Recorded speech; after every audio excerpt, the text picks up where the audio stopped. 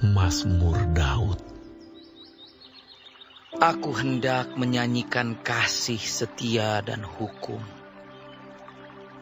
Aku hendak bermazmur bagimu, ya Tuhan. Aku hendak memperhatikan hidup yang tidak bercelah. Bilakah engkau datang kepadaku? Aku hendak hidup dalam ketulusan hatiku di dalam rumahku. Tiada kutaruh di depan mataku perkara dursila. Perbuatan murtad aku benci. Itu tak akan melekat padaku.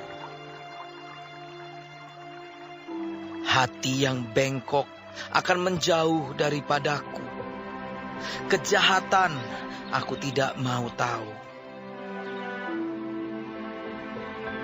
Orang yang sembunyi-sembunyi mengumpat temannya, dia akan kubinasakan. Orang yang sombong dan tinggi hati, aku tidak suka. Mataku tertuju kepada orang-orang yang setiawan di negeri, supaya mereka diam bersama-sama dengan aku. Orang yang hidup dengan cara yang tak bercela akan melayani aku. Orang yang melakukan tipu daya tidak akan diam di dalam rumahku. Orang yang berbicara dusta tidak akan tegak di depan mataku. Setiap pagi akan kubinasakan semua orang fasik di negeri. Akan kulenyapkan dari kota Tuhan semua orang yang melakukan kejahatan.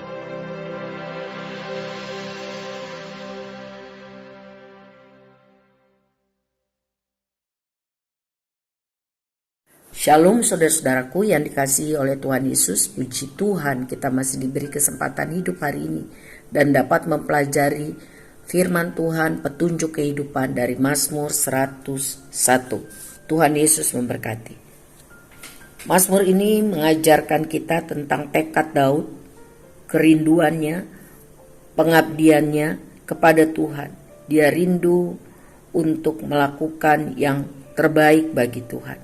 Dikatakan aku hendak, aku akan. Berarti Daud menginginkan hati yang sempurna dan tidak bercela di hadapan Tuhan. Dia tidak mau hatinya jahat, bengkok, sombong, dan munafik.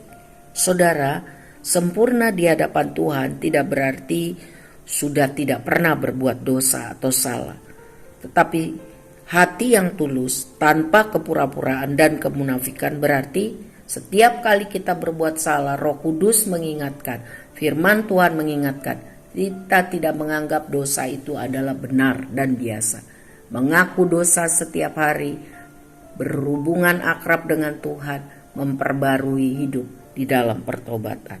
Yohanes menyebutnya di dalam 1 Yohanes 1 ayat 5-10 dengan istilah berjalan di dalam terang. Daud sang raja menginginkan keadilan di negeri dan kotanya.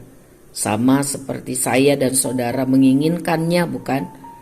Namun kebenaran dalam hidup bernegara harus dimulai di dalam hati kita masing-masing dan di dalam keluarga. Ya, kita memang memerlukan pemimpin-pemimpin, orang-orang yang jujur, yang menegakkan keadilan dan hukum. Ya. Kita juga memerlukan orang-orang yang hidup kudus karena takut akan Tuhan.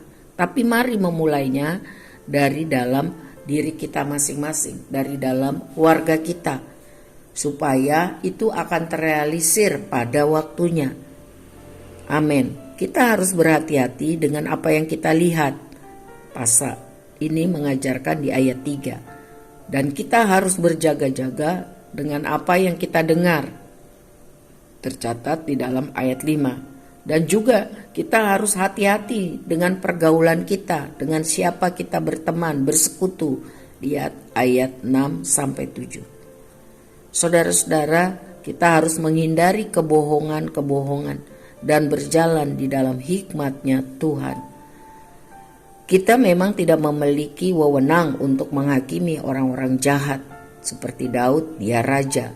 Tetapi jika hati kita, keluarga kita, rumah kita sudah hidup seperti yang Tuhan inginkan, hidup dalam kebenaran, hidup dalam keadilan, hidup dalam kejujuran, hidup kudus karena takut atau hormat akan Tuhan, maka pengaruh itu akan dirasakan oleh komunitas kita, lama-kelamaan oleh masyarakat, dan menjadi kebiasaan atau habit bagi bangsa kita. Jadi mari kita belajar hidup benar, adil, jujur, kudus. Hiduplah takut akan Tuhan. Pada waktunya maka perubahan itu akan dialami oleh masyarakat sekitar kita. Amin. Tuhan Yesus.